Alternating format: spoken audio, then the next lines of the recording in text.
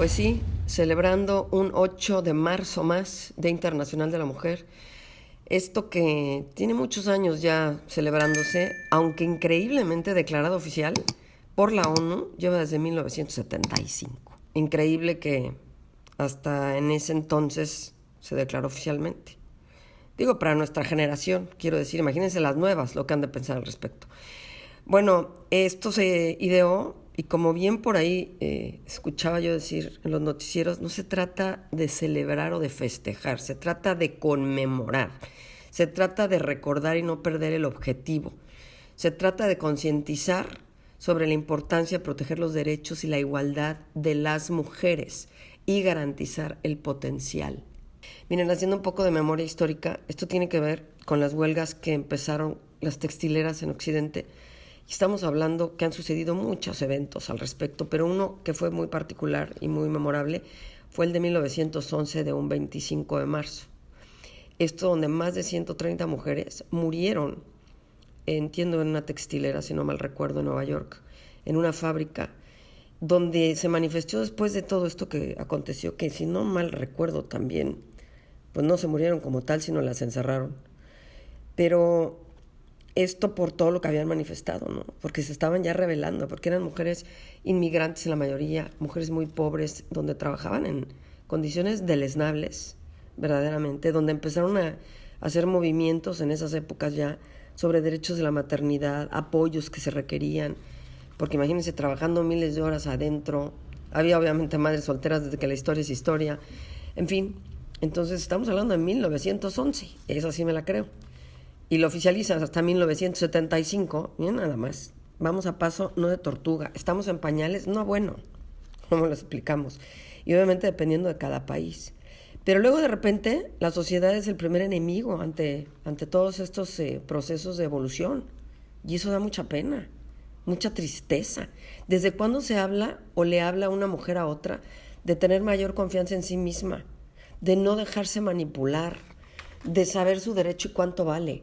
Pero claro, uno puede decir en el discurso muchas cosas, pero si no te lo hacen ver y vivir en tu casa. Entonces yo empezaría por decir, en cuanto a mi muy personal opinión, ¿de dónde viene todo? Primero de tu casa, así lo veo yo, Primero de tu casa, después de tu educación, donde incumbe a tu casa y también a tu escuela. Y ahí es un trabajo conjunto. Y luego, en tercer lugar, y no menos importante, de la sociedad en conjunto.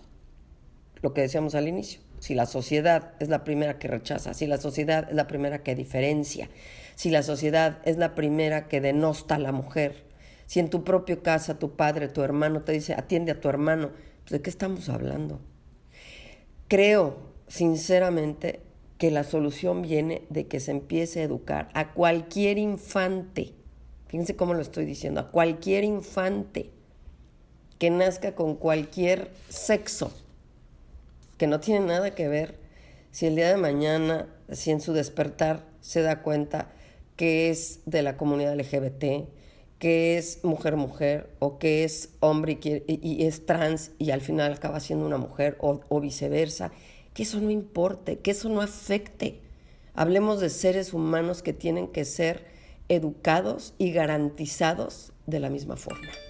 Creo que es por ahí, 100%. Porque miren, hay que recordar que estamos hablando de violencia psicológica, verbal, física, sexual, económica y patrimonial. Es mucho lo que se está luchando.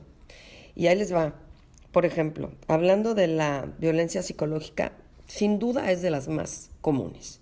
Porque hasta esto que mencionaba tan a la ligera de atiende a tu hermano, que yo lo oí en casa de amigas mías. Una amiga que tenía 4 hermanos y era la única mujer y llegábamos y su propia mamá le decía atiende a tus hermanos. Y ella le decía, ¿por qué también tienen manos? Que ellos hagan la carne o la sopa o lo que fuera, ¿no? Yo lo oí. Y no estamos hablando de la época de la caverna ni de 1911, estamos hablando de los 80s, de los 90. Entonces vean nada más. Seguimos las mujeres construyendo machos y con ello dándoles, o las educadoras, para no hablar ni de sexos, ni de géneros, ni de nada de eso, ¿no? Pero seguimos educando gente que haga diferencias. Gente, hablemos de gente. Bueno, entonces la psicológica creo que es una violencia de la más común y corriente que se da en todas las casas, en todos los ámbitos, en todos los niveles y en todos los niveles socioeconómicos también.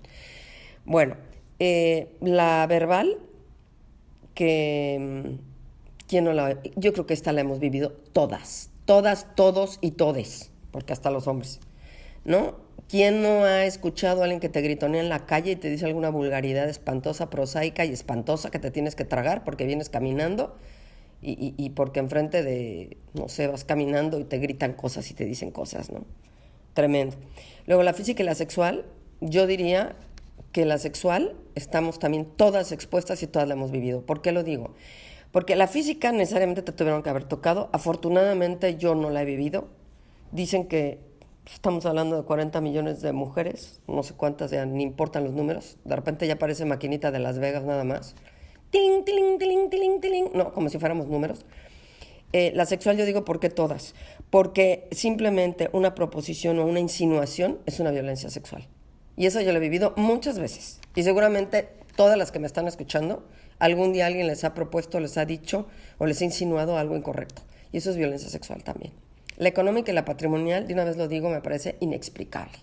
De una vez propongo y diría, ¿por qué no hay una ley? ¿Por qué no hacen ley que sea imposible que un hombre gane más que una mujer en la misma condición y en el mismo trabajo? ¿Por qué no es ley? Pues porque a la sociedad misma no le conviene, o a la política, o al género, o a quién no le conviene. Bueno, es inexplicable. La económica y la patrimonial ya me parece explicable, obsoleta y estúpida. Por otro lado, yo tengo que comentar, y compartiéndoles mi situación personal, yo no fui educada de esa manera, donde había diferencia entre hombres y mujeres. Afortunadamente, entiendo, mi padre me exigió lo mismo que a un hombre le hubiera exigido en su momento y en su época, terminar una carrera, respetarme a mí misma, hacerme respetar por cualquiera, fuera macho, hembra, niña, niñe, ahí no había diferencias. Nunca me dijo, date a respetar de los hombres. No, estamos hablando de igualdad de derechos. Claro, tampoco voy a exentar a mi papito porque el amor no me ciega, ¿verdad? De que no tenía su dosis de macho, porque ese país lo es. Pero nunca me afectó en ese sentido, y lo tengo que decir claramente. Pero sé que fui la excepción y no la regla. Lo sé. Y por eso lo agradezco al universo, ¿no? Pero al final, miren, cuando uno ve esta marea verde o morada como la que vimos en la marcha de hoy, sí da mucho gusto, la verdad da mucho gusto. Me dio mucho gusto saber que había niños y niñas. Y me conmovió también muchísimo y profundamente ver niños o niñas que decían no maten a mis mamis, ¿no? Con estos letreros.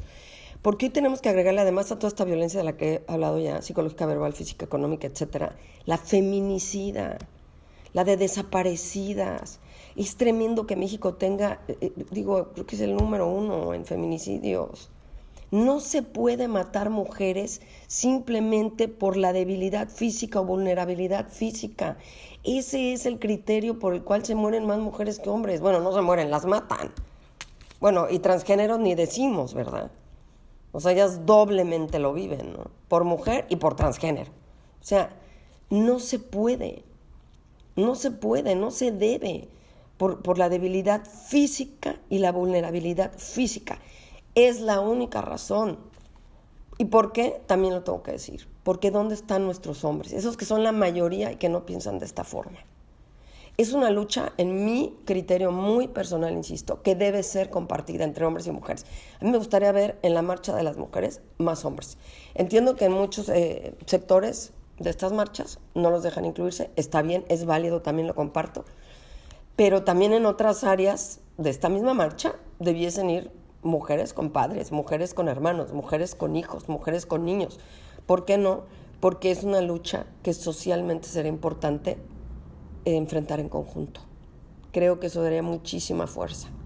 Y creo también, y no menos importante tampoco, exigir legalidad y justicia en todos los ámbitos, privado y público.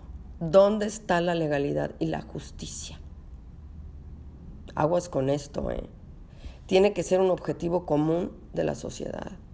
La justicia por la igualdad y por el derecho a las mujeres a no ser asesinadas. Pues entonces, sociedad, vuélvete justa, vuélvete correcta, vuélvete igualitaria. Sociedad. ¿Y cómo lo vamos a lograr? Educando a los infantes de la misma forma, no haciendo diferencias. Creo yo, en mi muy particular opinión. Si no la compartes, también la respeto de igual forma. En fin, Y posteriormente, para terminar, pues el día que desde el 2020 se está festejando, que es el Día del Paro Nacional de Actividades básicamente laborables de oficinas, porque las mujeres no dejan de hacer el aseo en sus casas ni de cuidar a sus hijos, ¿verdad? Pero bueno, este esfuerzo para demostrar el impacto económico y de desarrollo que sucede un día sin la fuerza femenina. El 9, que nadie se mueve. Hasta aquí mi comentario, espero el tuyo. Si te gustó, dale like, compártelo y aquí estamos para más. Claudia comparte contigo.